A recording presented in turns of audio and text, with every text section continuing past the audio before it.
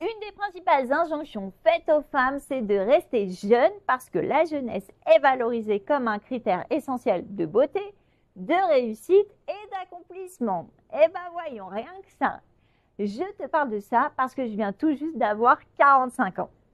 Et le discours majoritaire est que nous devrions toutes lutter contre le vieillissement. Donc en gros, ça serait normal d'être en guerre perpétuelle passé 25 ans contre soi-même et contre la nature, puisque c'est quand même dans l'ordre logique des choses que de vieillir.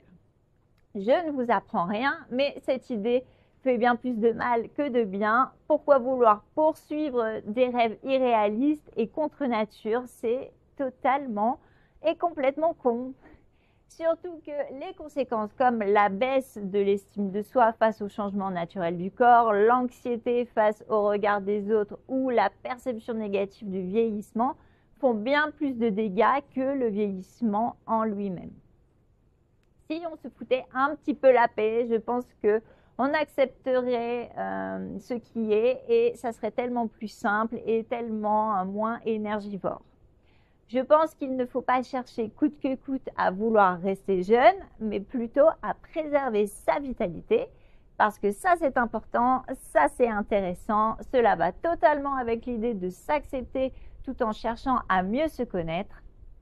C'est vraiment utile pour soi, pour l'exemple donné aux autres et notamment aux enfants. Et surtout, quelle satisfaction que de prendre le pouvoir sur soi, d'être autonome dans ses choix et de voir les résultats jour après jour en se foutant de ce que pensent les autres. Toi d'ailleurs, donne-moi ton avis. Tu préfères quoi? Être une femme de 40 ans avec les cheveux poivre et sel qui rayonnent la santé et bien dans tes baskets, ou être à 40 ans botoxée, colorée, avoir l'air d'en avoir 30 et en même temps donner l'impression de mal vivre le temps qui passe? Dis-le-moi en commentaire parce que ton avis m'intéresse. Et franchement, je respecte le choix de chacune du moment que c'est un choix conscient des conséquences. Alors moi, clairement, je suis de l'équipe numéro 1. Je ne pense pas que la vie soit faite pour perdre son temps à illusoirement et continuellement vouloir paraître jeune, mais qu'au contraire, la vie sert à expérimenter chaque âge avec ses défis pour en tirer des enseignements et évoluer sur tous les plans. Bien sûr, cela n'exclut pas l'envie de se sentir belle, féminine et désirable, bien au contraire. Et j'ai une bonne nouvelle pour toi, c'est que nous pouvons tout avoir. C'est ça qui est génial. Il faut juste s'en donner les moyens, faire les bons choix en conscience et coûte que coûte privilégier la vie et la vitalité à chaque choix. Moi, par exemple, j'ai choisi de vivre au milieu de la nature, dans un pays chaud, avec des animaux, parce que cela me vitalise bien plus que de vivre en ville ou en Europe. Je cuisine et je ne mange pas de produits transformés. Je ne bois pas d'alcool. Je bois de l'eau et de l'eau de bonne qualité, pas d'eau du robinet. Je fais du sport à haute intensité, de la mobilité et de la danse au moins 4 fois par semaine. Je suis curieuse, ouverte, j'aime apprendre, j'aime creuser et comprendre.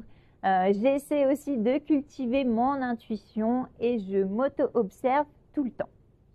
Je ne regarde pas la télé ni les informations anxiogènes et j'essaie au maximum de sélectionner en conscience ce que je regarde et ce que j'écoute. Et le summum pour beaucoup, un luxe pour beaucoup de gens, c'est que je me réveille depuis des années sans réveil, mais je me lève tôt parce que je me couche tôt aussi. Tous ces choix, je les fais quotidiennement en conscience parce que cela me vitalise, mais je ne suis pas non plus une extrémiste non plus, et loin de là. Je peux tout à fait manger une pizza surgelée et des pépitos devant une série Netflix Walk et dormir à pas d'heure. Mais si je le fais, c'est en conscience et je ne regrette pas derrière. C'est là la différence parce que cela participe toujours à me donner plus d'autonomie, plus de responsabilité et à privilégier ma vitalité générale. Je laisse la jeunesse aux jeunes qui ont tout le loisir d'expérimenter cette période de la vie, comme moi, je l'ai également fait à cette époque-là.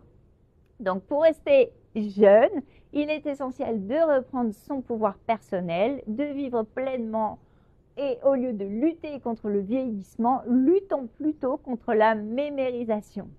Dis-moi ce que tu en penses en commentaire et abonne-toi à la chaîne car nous allons approfondir la lutte contre toute forme de mémérisation dans les prochaines vidéos.